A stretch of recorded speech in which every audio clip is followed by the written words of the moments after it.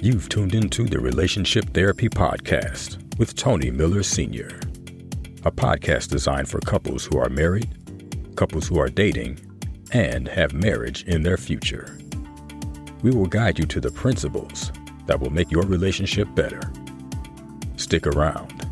You might just learn something that will help your relationship last longer, grow stronger, and become healthier. Now, here's your host, Tony Miller Sr. Hello, everybody. This is your host, Tony Miller Sr., and welcome to another episode of the Relationship Therapy Podcast. And I've got another great episode for you. I just got to ask you this question. Have you ever wondered why some relationships falter and some succeed? And when you think about that, think a little deeper and ask yourself, what role does the man play and what role does the woman play in that relationship? And sometimes we understand that couples' relationships break down, but there are several variables that happen to the relationship, and it's because of either the woman or either the man. So today I want to talk about the difference between women and men in relationships. And the first point I want to make is values in relationship. See, women value love, communication, beauty, and relationships. A woman's value of self is defined through her feelings and through the quality of her relationships. Women spend much time supporting and nurturing and helping other women. But women also experience fulfillment through sharing with others and being able to relate to others, especially their man. But what does a man value? In general, a man places more value in objects and things rather than people and feelings. Men's sense of value is defined through his ability to achieve results, through success, and through his accomplishments. Now, don't get me wrong. Men love when all eyes are on them. Men prove themselves by their competence and their ability to achieve the goals and gain status that makes men have position and make them feel successful. Now, don't get me wrong. When a man falls in love with a woman and he wants to marry her, what he has done, he has given that woman his heart, and he really means it because she is special to him. So that's values in relationship. But the second thing I want to highlight today as we talk about the differences between women and men in relationships is the intimacy in relationships. Many women take touch and they're stimulated by conversation and romance and just spending quality time with them. That builds up to their personal time with their significant other. And all the time, it does not have to have a sexual overtone. But on the case of a man, when we talk about intimacy in relationships, a man is often initially stimulated by lips, hips, and fingertips. That's right. Men get excited upon sight. If they see a good-looking woman, if they see a nude body, then they are excited and they're ready for what they call intimacy. A man that can learn the ebb and flow of a woman and respect it will gain more intimacy with their significant other. You heard it here first. And then the third thing I want to highlight is the conflict in relationships. Often enough, when it comes down to conflict, females are wired differently than men because females like to really process it through and talk about it and vent externally instead of holding it in like a lot of men do. They want to verbally articulate what's on their mind. In other words, they're going to say, if we've got some conflict, let's settle it right now. Let's get to the bottom of what's causing this conflict. Women want to talk about it and tend to push the subject until they feel somewhat satisfied that the conflict has been resolved. But on the other hand, men often choose to deal with things internally. We avoid processing through conversation. We like to think about things on our own because we're men and we like to fix things on our own. That's why sometimes when your significant other comes home from work and complains about the job and they're venting about what has happened that day, they just want you to hear what they're saying. Because men are fixers, we want to fix the situation, and sometimes women just want us to listen. But we prefer to figure things out on our own. That makes us who we are. And if we do decide to talk about it, we're going to talk about it at a later time. Men generally deal with stress by forgetting about it and even ignoring their feelings. Now, I'm not saying all of these things are true, but this is what happens between men and women in relationships. And then here's another highlight I have: communication in relationships. Now, I could talk about this all day, but I'm just going to highlight a few things here. Women like to sort through their thoughts by talking them out. And they have a tendency to provide repetition of grievances. As they express their concerns, men find it hard to follow where a woman is in her communication. Because one, man has to find that listening tool to understand what the woman is saying, but then also knowing that she is really feeling this thing personally, and she's looking for people to blame or to see who has caused this problem. And so when they want to talk, women say, let's talk. They don't have a problem articulating what they've got to say. But men, when we're trying to talk, we are speaking different languages. They basically speak two different languages. Men talk in literal terms while women use a more artistic and dramatic vocabulary to fully express their feelings.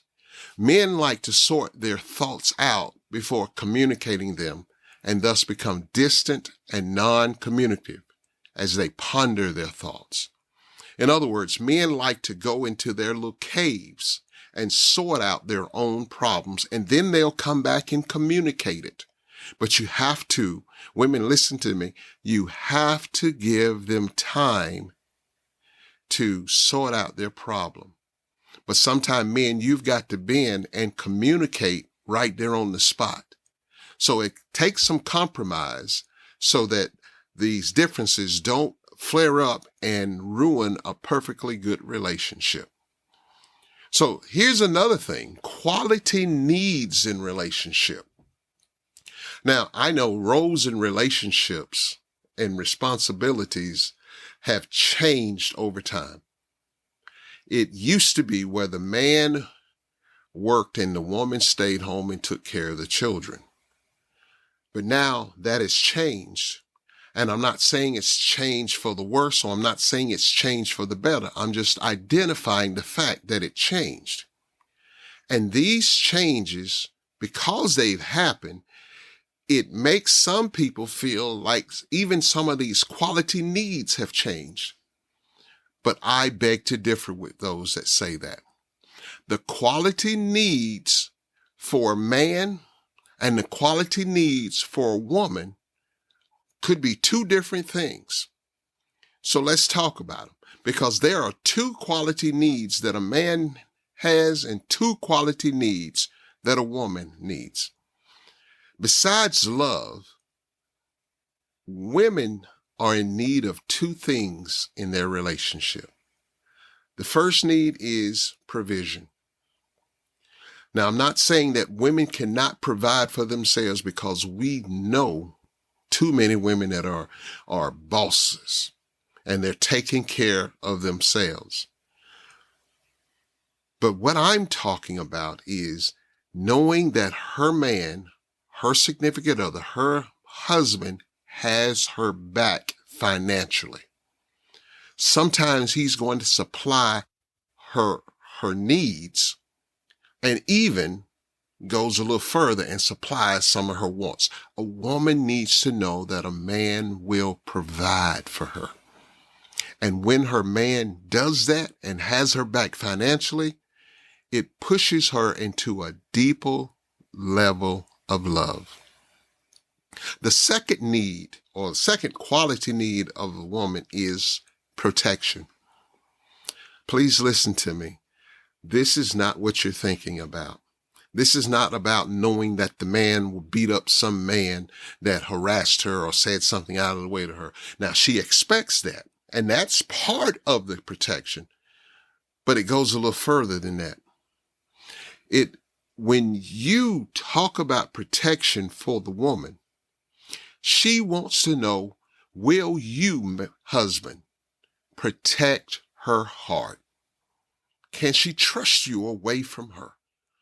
Because when you said, I do, it's like you put her heart in your hands. And if you mess over her heart, you're not protecting her.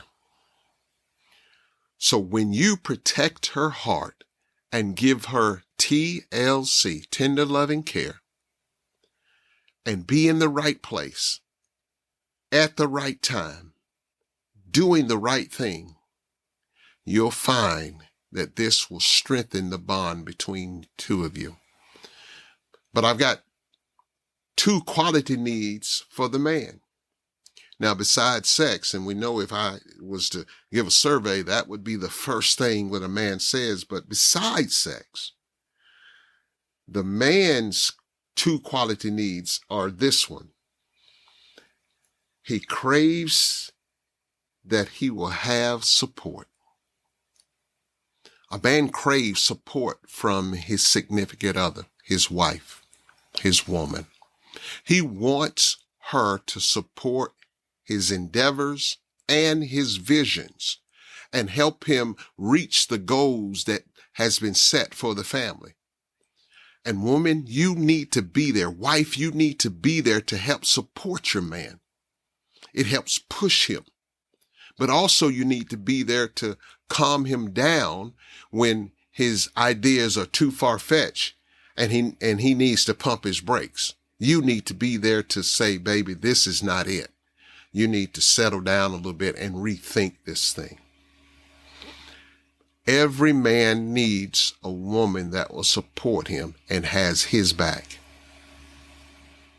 But then also the second quality need for the man, he needs rest. Yeah, you heard it. He needs rest. I'm not talking about that type of rest that you get in a bed or sleeping on the couch. I'm talking about after the man has been beaten up at work, maybe beaten up in the streets or beaten up by life's vicissitudes, he needs to come home to rest. When a man cannot find rest at home, that is beginning of his search to find rest elsewhere. I can't make it any more plain. A man needs rest. And if he doesn't get it at home, you can guarantee that he's going to find it somewhere. So wife, woman, provide rest for the man. So that's all I've got for you today, but I got a quick announcement. On next week, in our next episode, I got a very special treat for you. I got my first guest to the Relationship Therapy Podcast, and it's none other than my wife of 33 years, Valerie Miller. It's going to be a treat. We're going to ask each other questions, and we're going to probably laugh a little bit like we always do, but we're going to have some serious conversations about relationships and what it takes to stay together. So I want you to join me for that episode. It's going to be great. But as always in closing, remember, it takes two to make a relationship work. Thanks for listening. Thank you for listening to the Relationship Therapy Podcast with Tony Miller Sr. We hope you have enjoyed this episode. Tune in next time for more insight on how to make your relationship better. If you have any questions, please email us at tmrelationshiptherapy@gmail.com. We would love to hear from you. Until next time, remember, it takes two to make the relationship work.